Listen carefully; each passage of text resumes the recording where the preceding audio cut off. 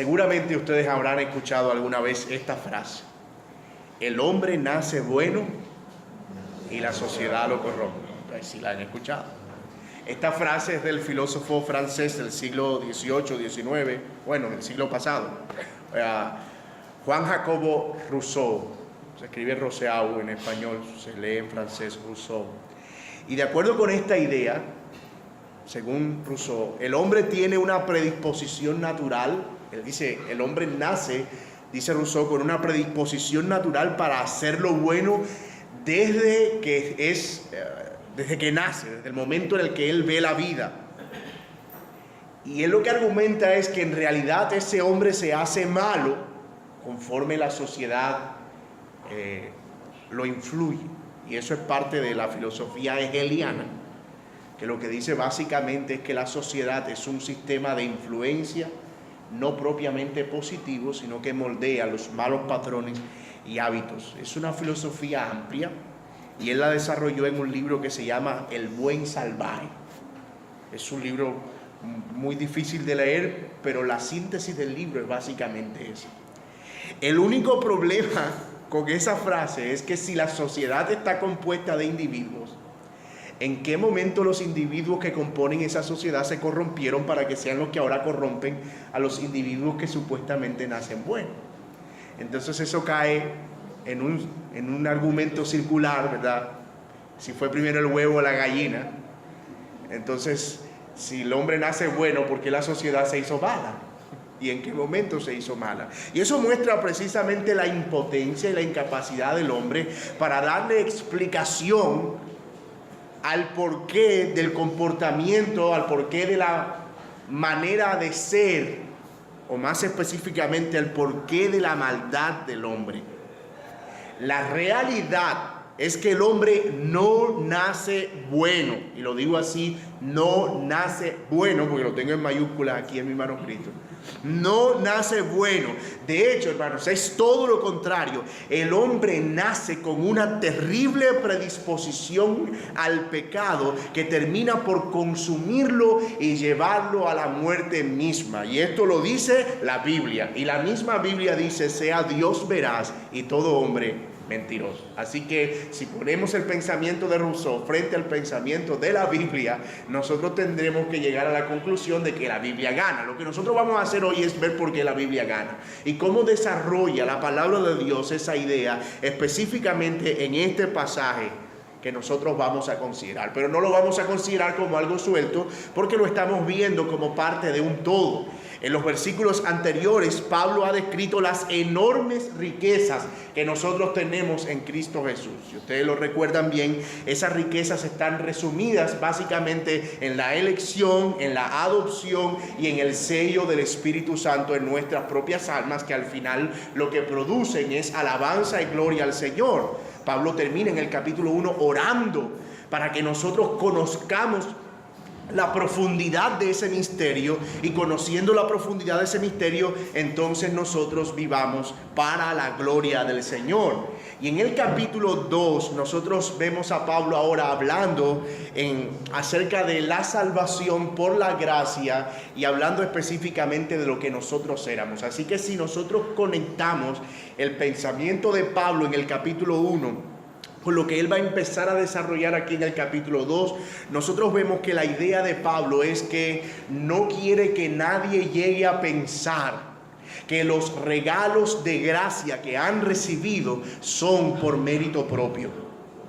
Pablo quiere evitar que alguien piense, aunque sea por un ápice, que nosotros somos merecedores de las riquezas de la gracia de Dios.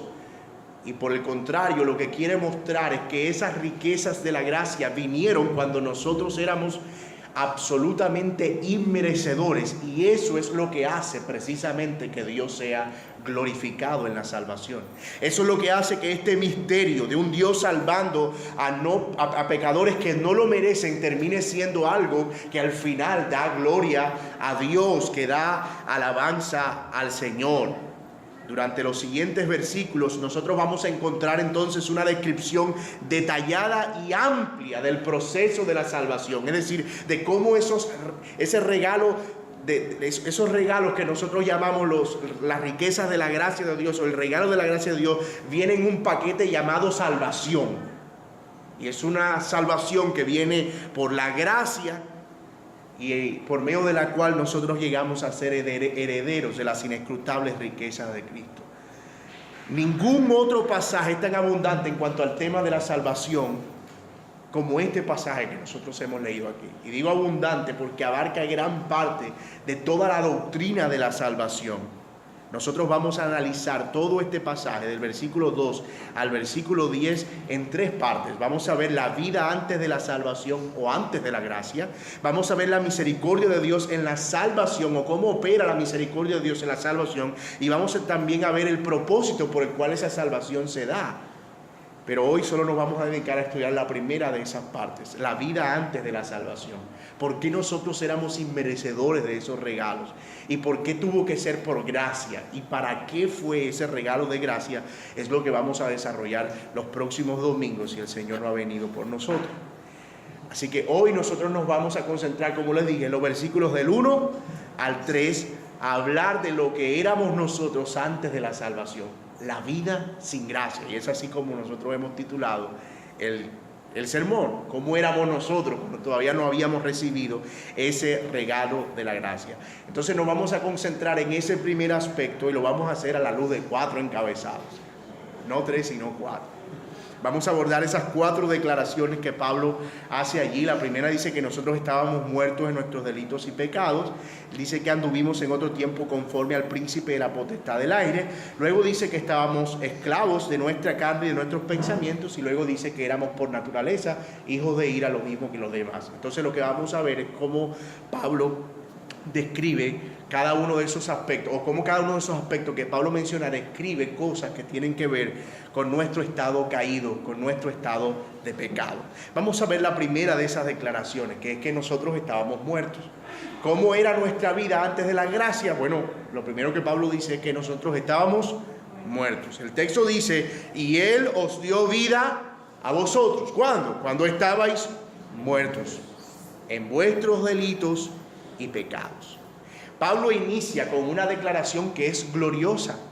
Él dice, Él os dio vida. Él asocia la salvación y el regalo de la gracia, elección, adopción y el sello del Espíritu a la vida que nosotros recibimos en Cristo Jesús. Y de nuevo, hay una conexión interesante entre el pasaje que hemos visto con anterioridad.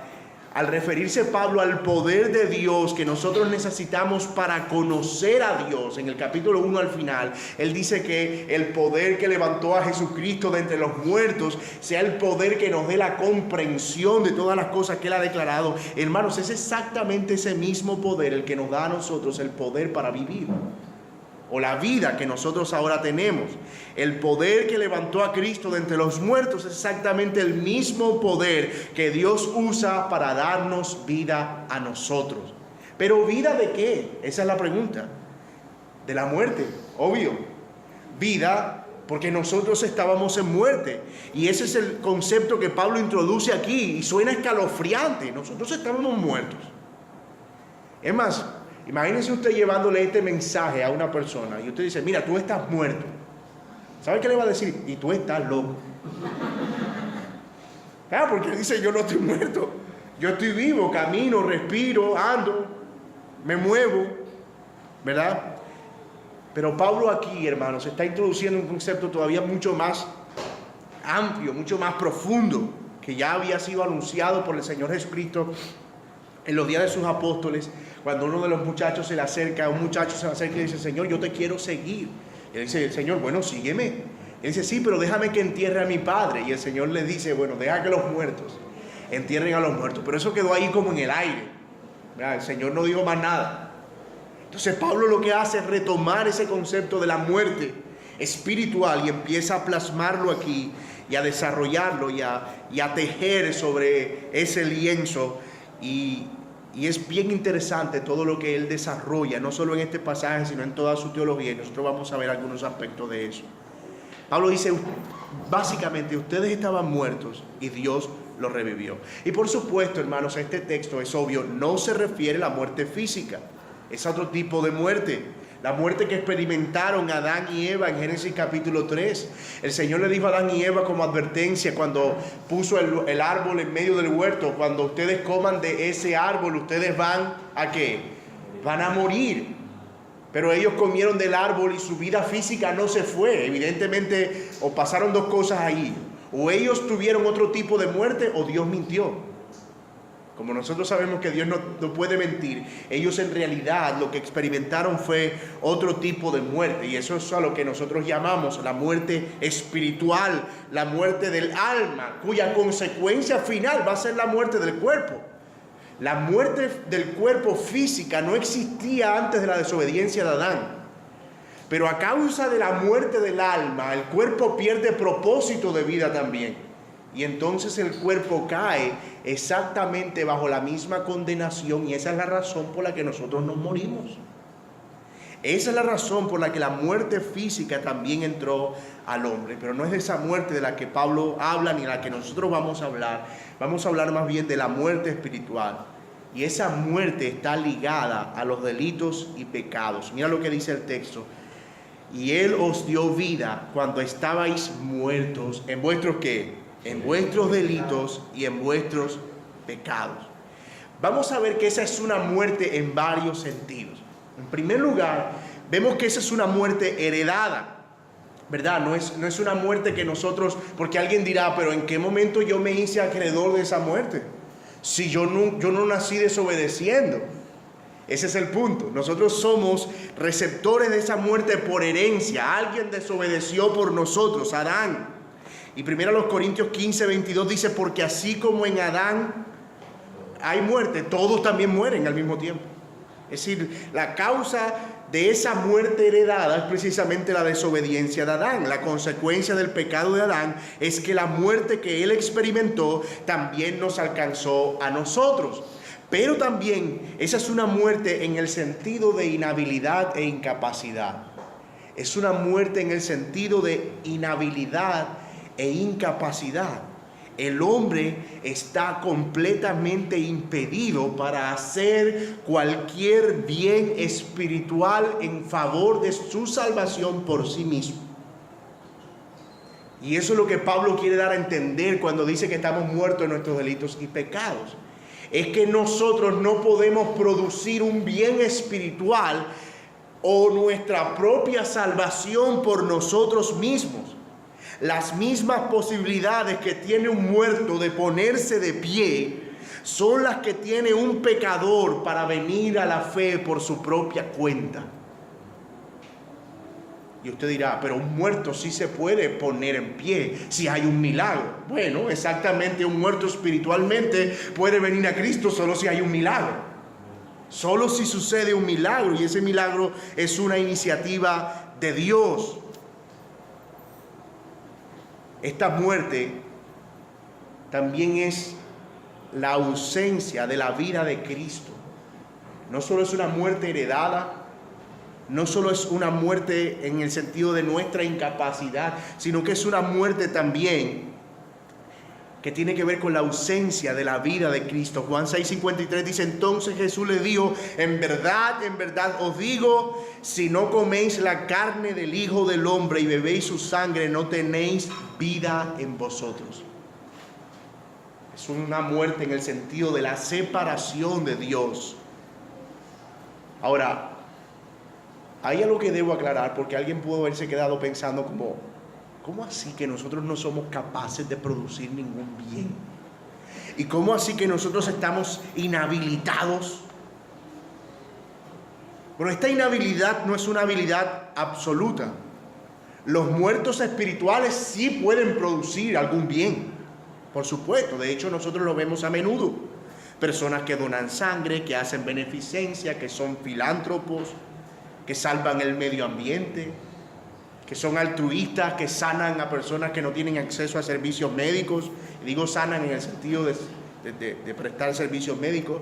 Pero todo eso parte de un corazón que no ha sido regenerado. Es decir, que aunque todas esas buenas acciones se producen dentro de un contexto en el que alguien está queriendo servir y hacer el bien, incluso ese bien en un corazón muerto es una obra de muerte, aunque sea una buena obra, porque no está buscando la gloria de Dios, está buscando la propia gloria humana.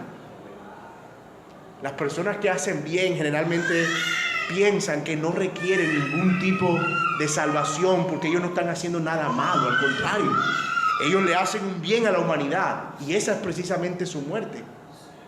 Creer que el bien que hacen es producto de su vida y no de su muerte. Ahora bien, esta muerte también es una muerte en cuanto a la condición del hombre sin Cristo permanente.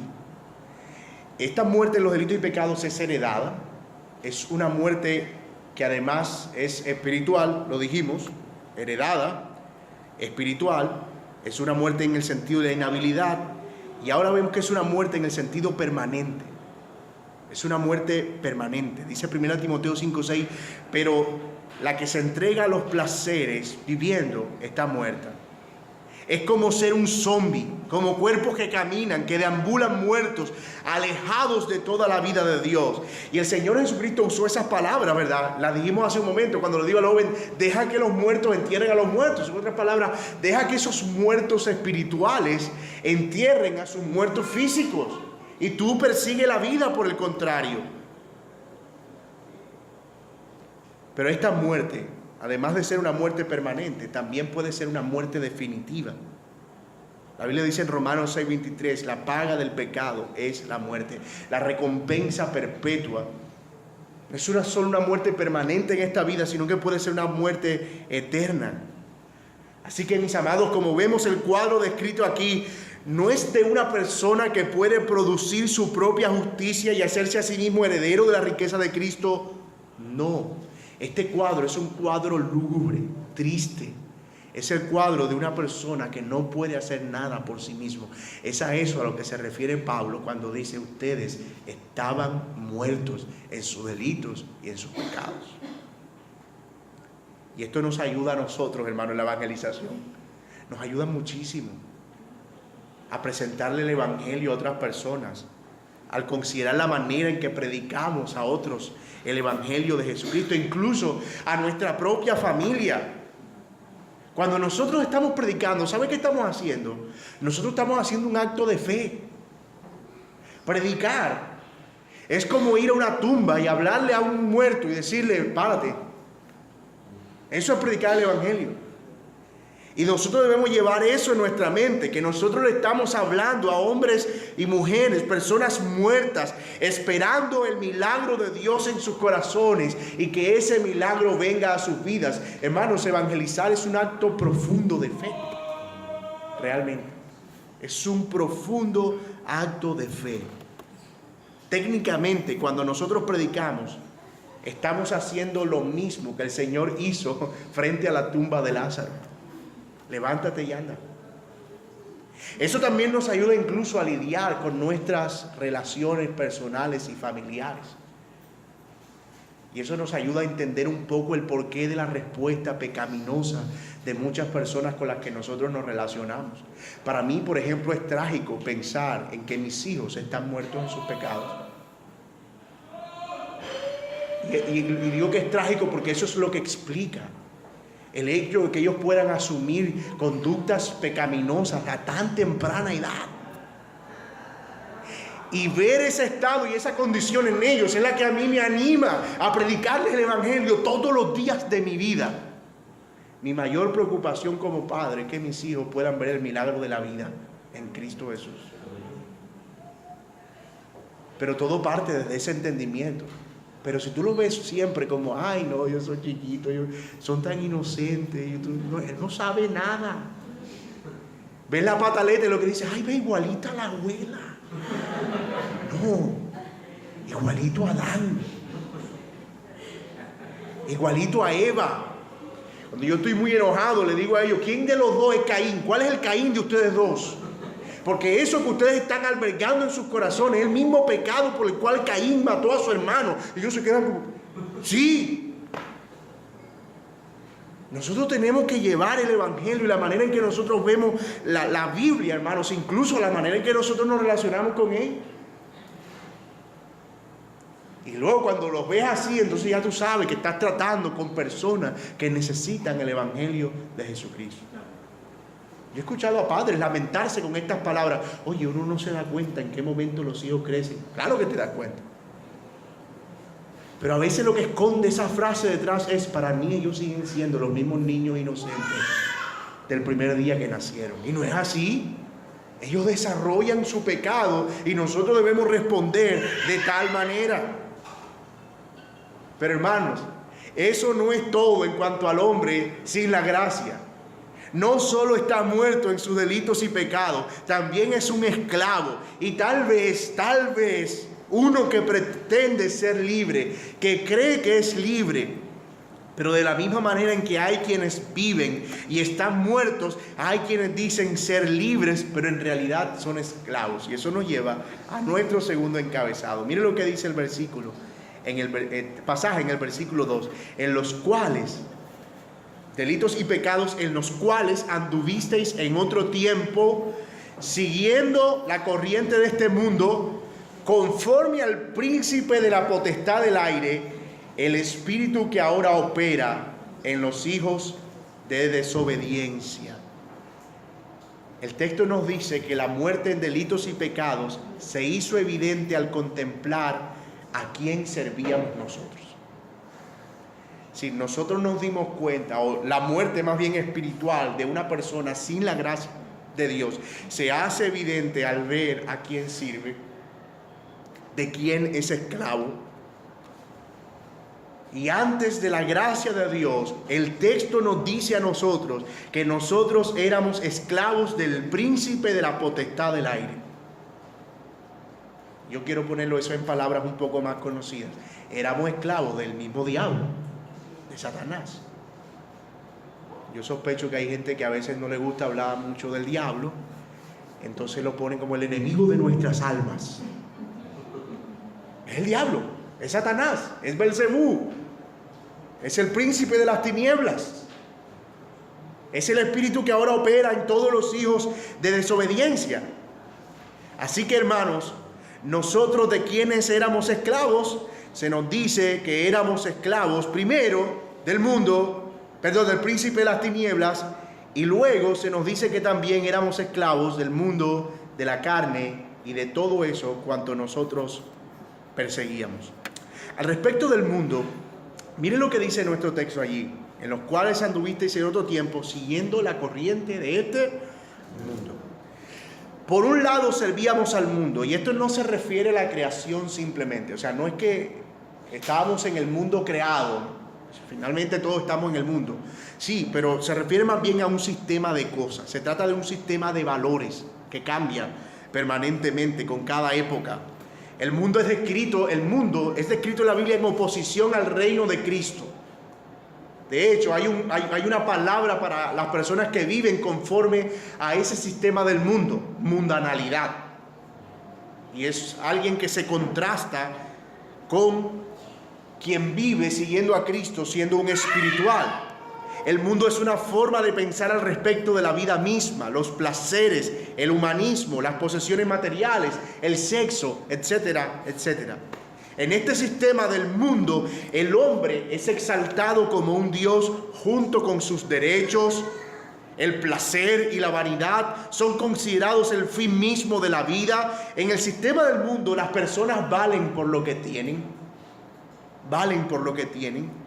Y hay quienes dicen ser libres, pensar como bien les place y hacer lo que a ellos les parece. Pero la realidad es que todo cuanto hacen, viven y desean es el resultado de lo que el mundo les dicta.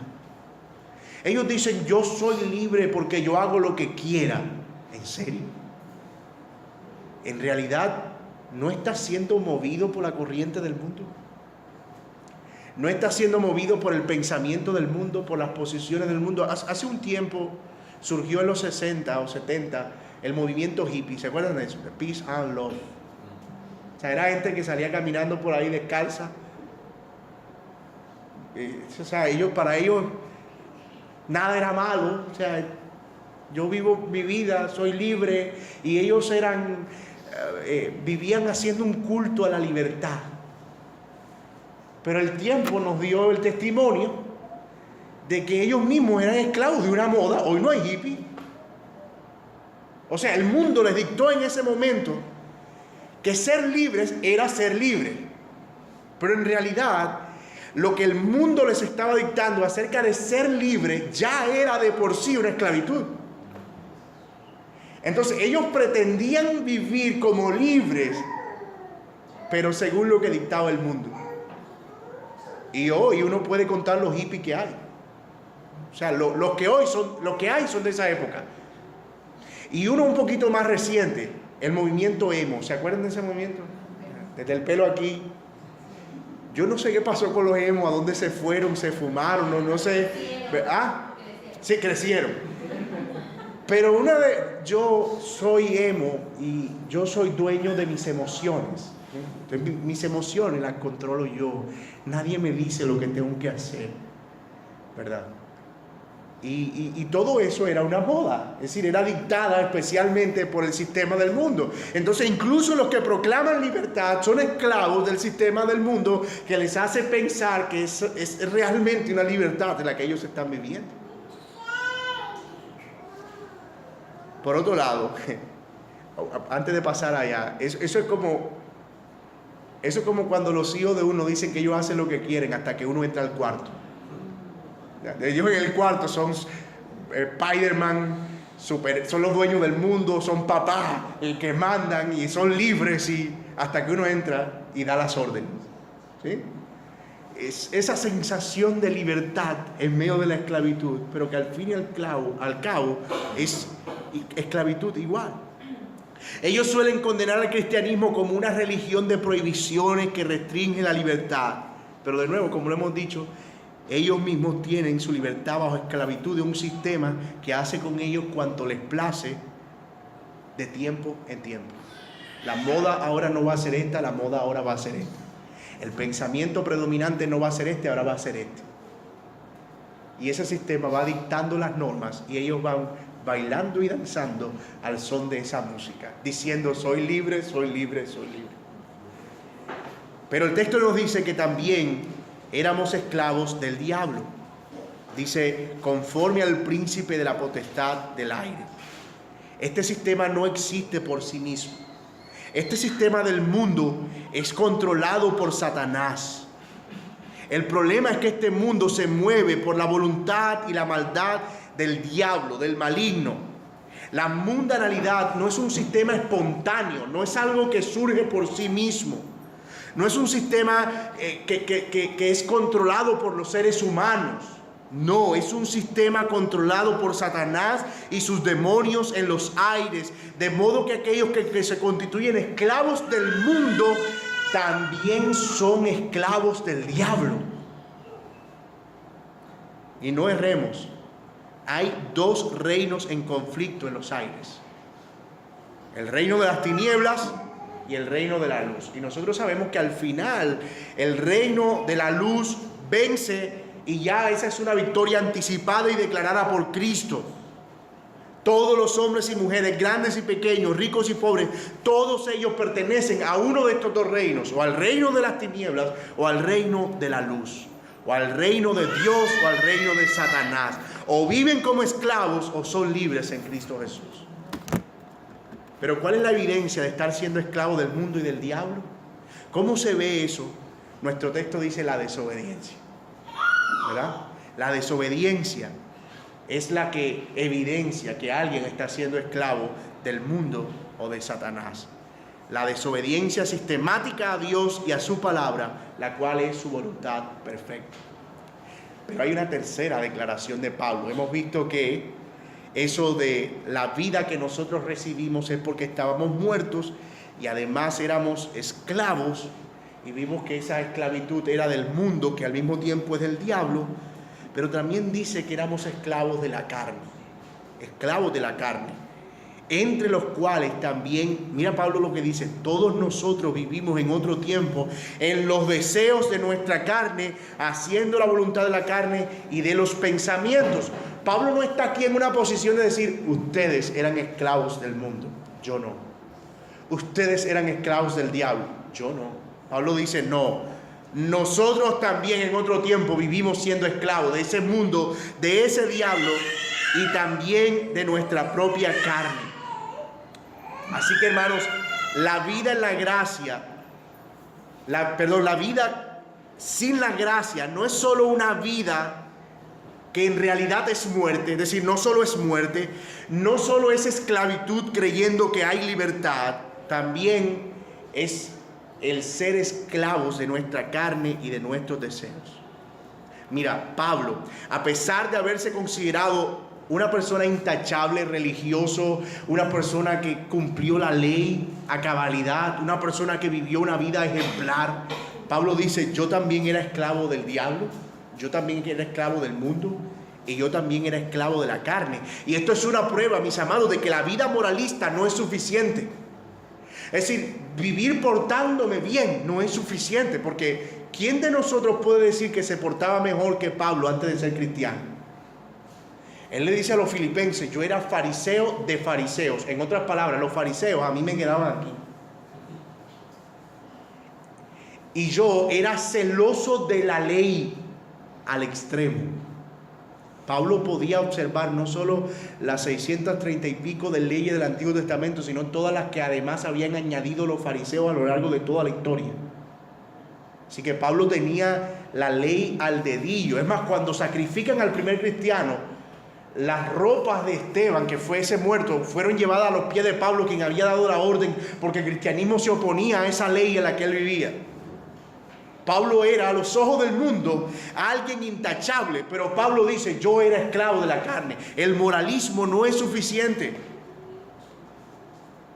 Charles Spurgeon, que fue un predicador del siglo XIX, 18, él dijo, la moralidad podrá mantenerte fuera de la cárcel, pero no fuera del infierno.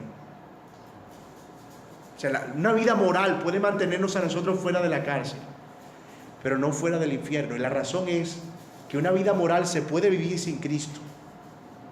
Y hay muchos musulmanes muy moralistas, y muchos mormones muy moralistas, y muchos ateos muy moralistas. Pero esa moralidad no salva. Por eso no es suficiente con decir, yo no necesito el evangelio porque yo no le hago daño a nadie. Ay, ¿cómo así que no le hace daño a nadie? Aquí viene la clásica. Yo ni mato, ni robo. Y nunca le he hecho daño a ningún vecino. Nunca me he metido con nadie.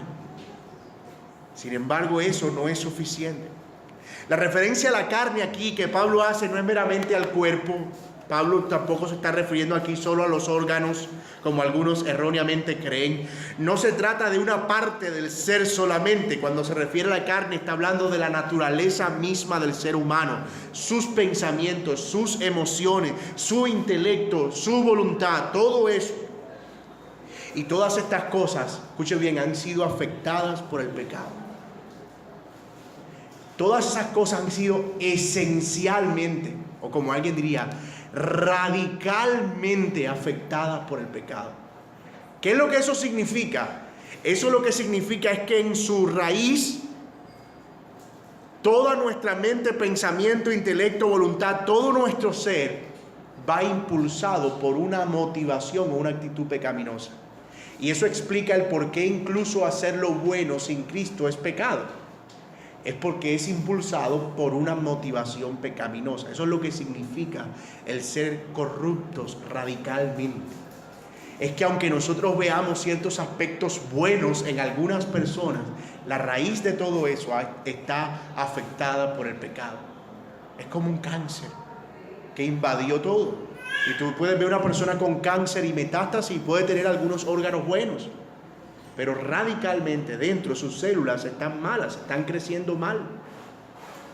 Y eso es el pecado básicamente. Desde que nosotros nacemos así. Y mis amados, esto es necesario que nosotros lo entendamos.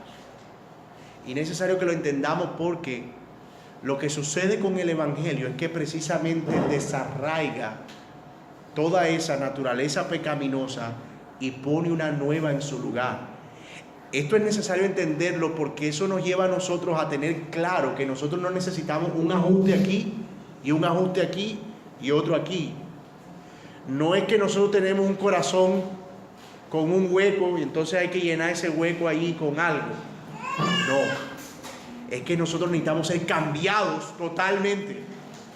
Y es desde aquí, desde donde parte el nuevo nacimiento. Es más, hermano, toda la doctrina cristiana parte de esta doctrina. El creer que nosotros estamos radicalmente afectados por el pecado. Si no creemos eso, es muy difícil que creamos que necesitamos una salvación completa. O es muy difícil que creamos que nosotros no contribuimos en nada en esa salvación.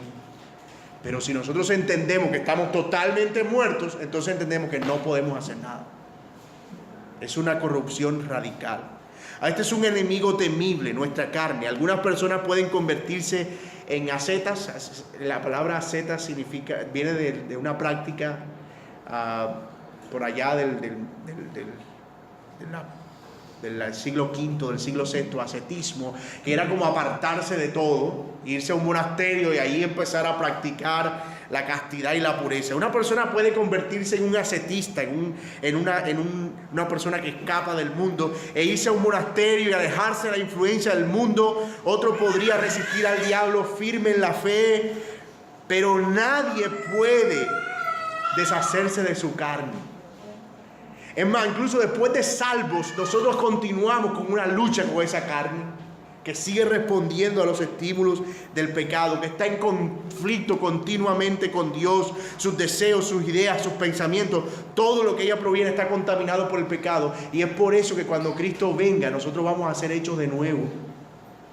En un abrir y cerrar de ojos seremos transformados, porque esta carne corruptible no puede heredar la vida eterna. Así de grave es el daño en nuestra carne. Así de grave es el daño en nuestra carne. Hasta ahora, hermano, la vida antes de la salvación y la gracia no parecen nada esperanzador. ¿Cómo es la vida antes de la gracia y la salvación? Todo lo que hemos dicho hasta ahora. Muertos, esclavos del mundo, esclavos del diablo, esclavos de la carne, sin esperanza. Así que si quieres una descripción gráfica, imagina a un muerto en un ataúd, enterrado profundamente a 10 metros bajo tierra, 10 metros bajo tierra, y después que está enterrado con 2 edificios construidos sobre su tumba, y después que construye esos edificios habitados completamente. La esperanza que tiene ese muerto enterrado 10 metros bajo tierra con 2 edificios poblados sobre sí mismo es la que tiene alguien sin la gracia de Dios de levantarse de su terrible condición. Ayuda eso. Hermano, es que eso incluso cambia nuestro pensamiento acerca de quién es Cristo. O sea, Cristo no es un superhéroe que vino a darnos unas palmaditas y a decirnos, tú necesitas un poquito de ayuda, dame la mano y caminemos juntos. ¿Se ha visto a ese Cristo, no? Que te presentan como ven, estás caído, te voy a levantar. Así como quien coge a una oveja todo tierno y levanta al que está moribundo y se lo lleva. No, esa es la imagen de la salvación. Ahí no hay nada. Es más, si usted quiere imaginarse algo acerca de cómo es que Cristo viene a nuestra vida y cómo nos encuentra cuando viene a nosotros, es como cuando Ezequiel vio ese valle de huesos secos y secos en extremo y en gran manera secos. Así nos ve el Señor, como un esqueleto, muertos. El mundo, el diablo, la carne, es decir, ese muerto tiene todo el peso encima que impide que él pueda ponerse en pie y darse vida a sí mismo. Nadie puede salvarse a sí mismo. Nadie. Hermanos míos, pero eso no es todo. El texto nos dice, y que este es nuestro último encabezado, éramos por naturaleza hijos de ira. O sea que además de estar muertos y ser esclavos, vamos a ser castigados por eso sin que nosotros podamos hacer nada. Hijos de ira, lo mismo que los demás. Ese es un cuadro horrible, mis amados. Pero eso es lo que hace que el evangelio sea precioso. Pero la razón por la cual mucha gente que se dice cristiana hoy no aprecia el evangelio es porque no es consciente de cuál es o era su verdadera condición antes de Cristo. Ellos creían que solo estaban dañados y necesitaban unos cuantos ajustes. Pero el ver a Cristo precioso depende de cuán terrible nos vemos a nosotros mismos, de cuán grave vemos nuestra condición y vemos nuestro pecado. El Señor dice: ustedes eran por naturaleza hijos de ira, a través de la pluma de Pablo, como si fuera poco, ¿verdad? Hay algo que hace más lamentable la situación del hombre sin Cristo, sin la gracia, sin la salvación. Está condenado a recibir la ira de Dios. Y uno diría: pero Señor, está muerto, déjalo ya. Ya está muerto. No, la ira de Dios ha de venir sobre el hombre muerto en sus delitos y pecados, porque Él prometió eso. La paga del pecado es la muerte. Pablo está llamando la atención de sus lectores y la nuestra acerca de cuál era la condición, de dónde habían sido rescatados, y este aspecto del evangelio es esencial. Hoy, el evangelio humanista, si es que a eso se le puede llamar evangelio, pone al hombre en el centro. Pone al hombre en el centro, como si fuera alguien que merece todo lo bueno. Tú eres un campeón, ¿verdad? Tú eres alguien precioso para Dios. Tú eres un diamante en bruto. Tú eres una perla preciosa, solo que tiene un poquito de sucio, pero el Señor te va a meter en un fuego y te va a quitar ese sucio y va a salir esa perla preciosa que tú esencialmente eres. ¿Sabe qué es eso? Eso es Juan Jacobo Rousseau evangélico, diciendo: ustedes nacieron buenos, fue la sociedad la que los ensució un poco. El mundo, la vida, el pasado, el daño que les hicieron, las heridas, el abuso, tal cosa, aquella. No, hermano, nosotros nacimos dañados. El hombre no es el centro del universo. El propósito de la creación misma no es el ser humano, es la gloria de Dios. Pero si hay algo evidente aquí, es que lo que el hombre muerto en sus delitos y pecados merece es la justa ira de Dios. Usted ha escuchado esta frase, ¿verdad? Mira, Dios te ama y tiene un plan maravilloso para tu vida. ¿La ha escuchado? Eso no es lo que yo estoy leyendo aquí. ¿Cuál es el plan maravilloso para mi vida? Su ira santa si no hay arrepentimiento. Eso es muy lamentable. Esta idea, hermano, no es muy popular. O sea, tú sales a predicar esto a la calle y no vas a tener mucho éxito. Tú sales a decirle esto a una persona y no vas a tener éxito, porque las voces del mundo que ellos escuchan son totalmente diferentes. Pero lo siento, esta es la idea clara de las Escrituras. Dios no tiene un plan maravilloso para el pecador sin Cristo. El único plan, dice Hebreos, es una horrenda expectación de juicio.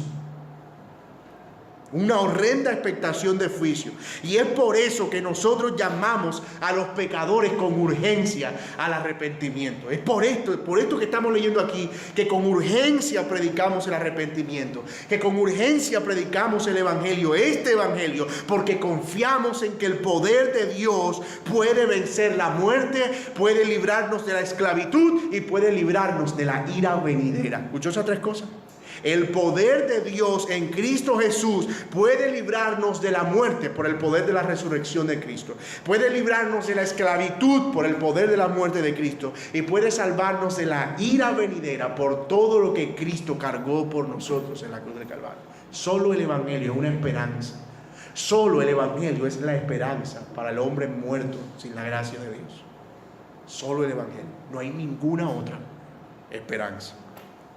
El mundo, el diablo y la carne no condenarán. Ellos no harán juicio. El diablo no hará juicio. Usted sabe que a veces uno cuando es niño le dicen desde chiquito: mira, pórtate bien o te va a llevar el diablo. No, el diablo no va a hacer juicio. El diablo va a ser juzgado. Pobre diablo. Dios hará juicio a causa de ellos. Y hermanos, Es de la justicia de Dios precisamente, de la condenación que nosotros somos librados. O sea, el evangelio de lo que nos salva a nosotros y la gracia de Dios de lo que nos salva a nosotros es precisamente de Dios mismo, de su ira santa contra los pecadores. Él nos ha dado vida, hermanos míos, y Él puede dártela a ti si no la tienes. Él nos ha librado de la esclavitud del mundo, de la carne y del diablo, y puede librarte por su sangre. Él nos ha librado de su ira, dejándola caer toda, absolutamente toda sobre su Hijo, para que no viniera ni una gota a nosotros. Así que su muerte resuelve este grave problema. Mis amados, por eso cantamos como cantamos. Por eso Cristo nos asombra tanto. Por eso el Evangelio nos cautiva tanto. Por eso hablar de Cristo, por eso el Evangelio es una buena noticia. Nosotros habíamos planeado dar este sermón hoy completo todo. Y yo le dije a Ángel, déjame hablar de la mala noticia hoy, para que ellos puedan entender la buena después, para que ustedes puedan entender por qué el Evangelio es una buena noticia. ¿Qué espera, mi amigo, que estás aquí sin Cristo? Ven a Cristo hoy y arregla tus cuentas con Él de una vez por todas. Y si tus pecados fueren rojos como el carmesí, Él los emblanquecerá como la blanca nieve, dice su palabra. ¿Qué esperas para venir a Cristo hoy? Mis amados, el Señor nos ayude a apreciar su obra, su evangelio y lo que Él ha hecho por nosotros en la cruz de Calvario, y que nos ayude a hacerlo a través de ver lo que nosotros éramos antes de Él. Que así sea.